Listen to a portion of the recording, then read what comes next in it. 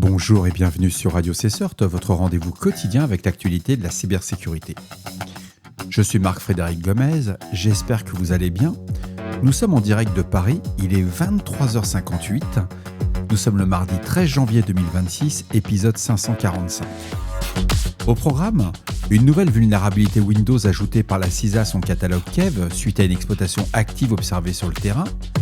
Le CERT-FR publie également 6 avis de sécurité concernant des produits critiques largement utilisés dans un environnement d'entreprise. Et je vous propose maintenant de découvrir le contenu de cet épisode. La CISA a ajouté une nouvelle vulnérabilité à son catalogue Kev, le Kno Exploited Vulnerabilities Catalog, sur la base de preuves d'exploitation actives en conditions réelles. Il s'agit de la CVE 2026-20805. C'est une faille de type Information Disclosure affectant Microsoft Windows.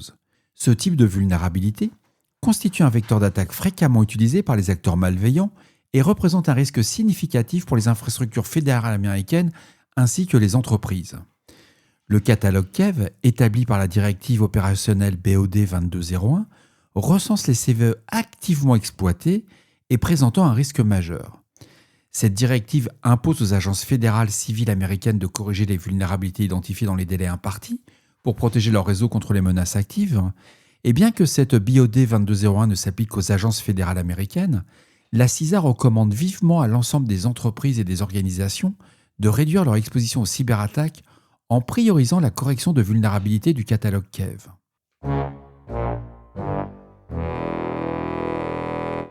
Le CERT-FR a publié 6 avis. Le premier avis, le CERT-FR 2026 AVI 30, concerne une vulnérabilité découverte dans MISP, la plateforme de partage d'informations sur les menaces. La faille de type injection de code indirect à distance ou XSS affecte toutes les versions de MISP antérieures à la 2.5.32. Elle permet à un attaquant d'exécuter du code malveillant dans le contexte du navigateur d'un utilisateur de la plateforme. MISP, ça veut dire Malware Information Sharing Platform, est largement déployée au sein des communautés CERT et CSERT pour le partage et la corrélation d'indicateurs de compromission et d'informations de threat intelligence. Un correctif a été publié par l'éditeur dans la version 2.5.32. Les détails techniques de la vulnérabilité et les instructions de mise à jour sont disponibles dans le bulletin de sécurité MISP du 13 janvier 2026, accessible sur le site officiel du projet à l'adresse misp-projet.org. Bref, vous l'aurez compris, on ne réfléchit pas, on patch son MISP.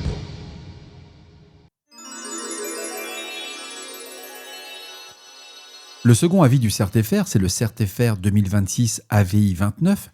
Ça concerne de multiples vulnérabilités critiques découvertes dans VMware Tanzu Gemfire, la solution de gestion des données distribuées en mémoire de l'éditeur. Les failles référencées sont sous les identifiants de la CVE 2025 22233, 2025 41254, 2025 59419 et la CVE 2025 67735. Elles affectent les versions de Tanzu Gemfire antérieures à la 10.1.6 et antérieures à la 10.2.1. Les vulnérabilités identifiées vont permettre à un attaquant de réaliser plusieurs types d'attaques. Exécution de code arbitraire à distance, injection de requêtes illégitimes par rebond du type CSRF et contournement de la politique de sécurité du système. VMware, désormais intégré à Broadcom, a publié 2 bulletins de sécurité aujourd'hui le 13 janvier 2026, respectivement référencés 36 758 et 36 759, il détaille les correctifs disponibles pour ces vulnérabilités.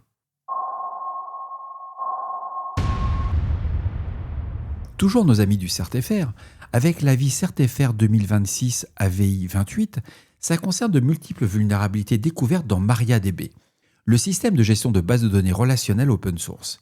Les failles identifiées sont sous les références des CVE 2025 13699, 21 490, 30 693 et la CVE 2025 30 722. Ça va affecter 6 branches. C'est un peu comme le précédent bulletin qu'ils avaient fait. Et au niveau des branches, on a la 10.5 antérieure à la 10.5.29, la version 10.6 antérieure à la 10.6.24, les versions 10.11 antérieures à la 10.11.15, les versions 11.4 antérieures à la 11.4.9, et ça continue avec les versions 11.7 antérieures à la 11.7.2 et les versions 11.8 antérieures à la 11.8.4. Toutes ces vulnérabilités vont permettre à un attaquant de réaliser 3 types d'attaques. exécution de code arbitraire à distance, déni de service à distance et contournement de la politique de sécurité du système.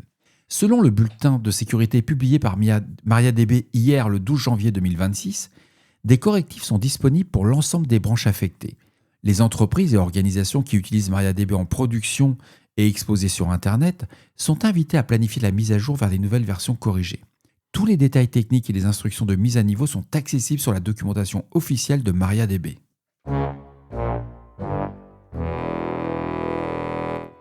Un autre avis du CERT-FR, le 2026 AVI 27, et ça concerne une vulnérabilité découverte dans NetApp ONTAP, le système d'exploitation de gestion du stockage de l'éditeur. C'est sur vos filers. La faille référencée sous la CVE 2026-22050 va affecter les versions 9.16 antérieures à la 9.16.1 P9 ainsi que les versions 9.17.1X antérieures à la 9.17.1 P2 du système. Alors cette vulnérabilité, elle permet à un attaquant de contourner la politique de sécurité mise en place sur les systèmes de stockage NetApp ONTAP.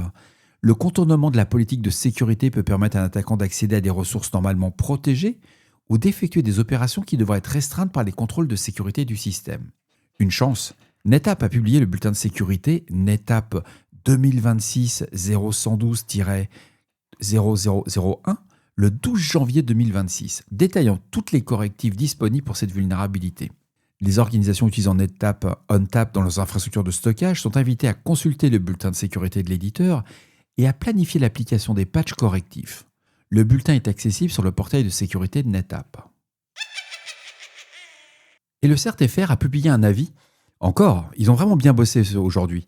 C'est l'avis CERT-FR 2026 AVI 26 qui concerne une vulnérabilité découverte dans les smartphones Google Pixel.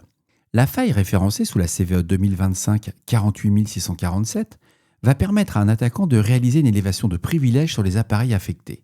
Ce type de vulnérabilité peut permettre à un attaquant disposant déjà d'un accès limité au système d'obtenir des droits d'administration et de prendre le contrôle complet de l'appareil. La vulnérabilité affecte l'ensemble des smartphones de la gamme Pixel dont le niveau de correctif de sécurité est antérieur au 12 janvier 2026.